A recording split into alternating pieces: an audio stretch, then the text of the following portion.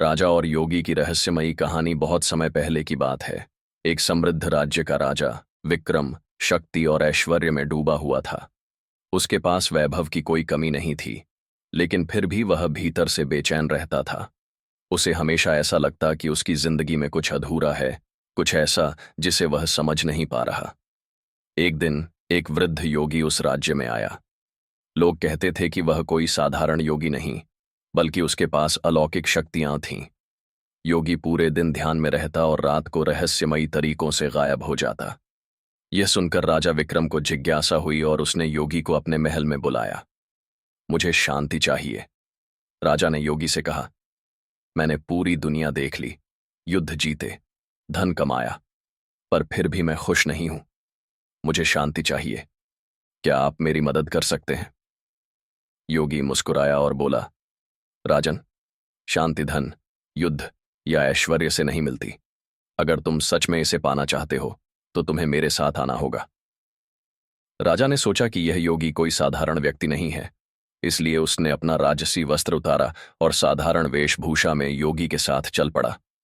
रहस्यमयी जंगल और अंधेरी गुफा योगी राजा को एक घने जंगल में ले गया।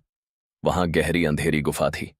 योगी ने कहा, अगर तुम सच में सत्य को जानना चाहते हो तो इस गुफा के अंदर जाओ, लेकिन ध्यान रहे, जो भी वहां होगा उसका सामना तुम्हें अकेले करना होगा। राजा घबरा गया, लेकिन सत्य की खोज में वह गुफा के अंदर चला गया। अंदर अजीब सी शांति थी, लेकिन जैसे ही उसने कदम बढ़ाए उसे किसी के हंसने की आवाज सुनाई दी। मैं तुम्हारा असली शत्रु हूं। अचानक गुफा के अंधकार में एक आकृति प्रकट हुई। वह हूबहू राजा जैसी दिखती थी। राजा चौंक गया। तुम कौन हो?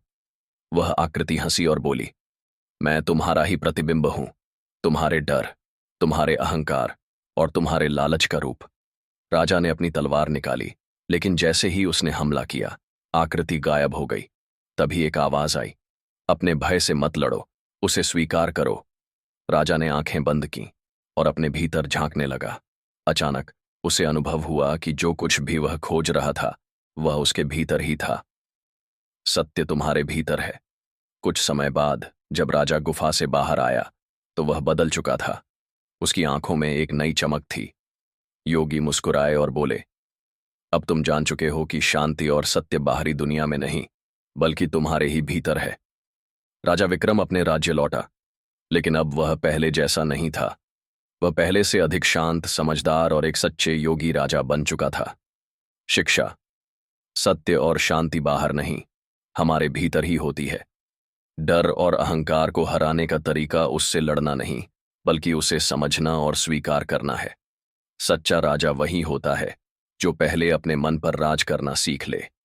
अगर आपको यह कहानी पसंद आई तो इसे जरूर साझा करें।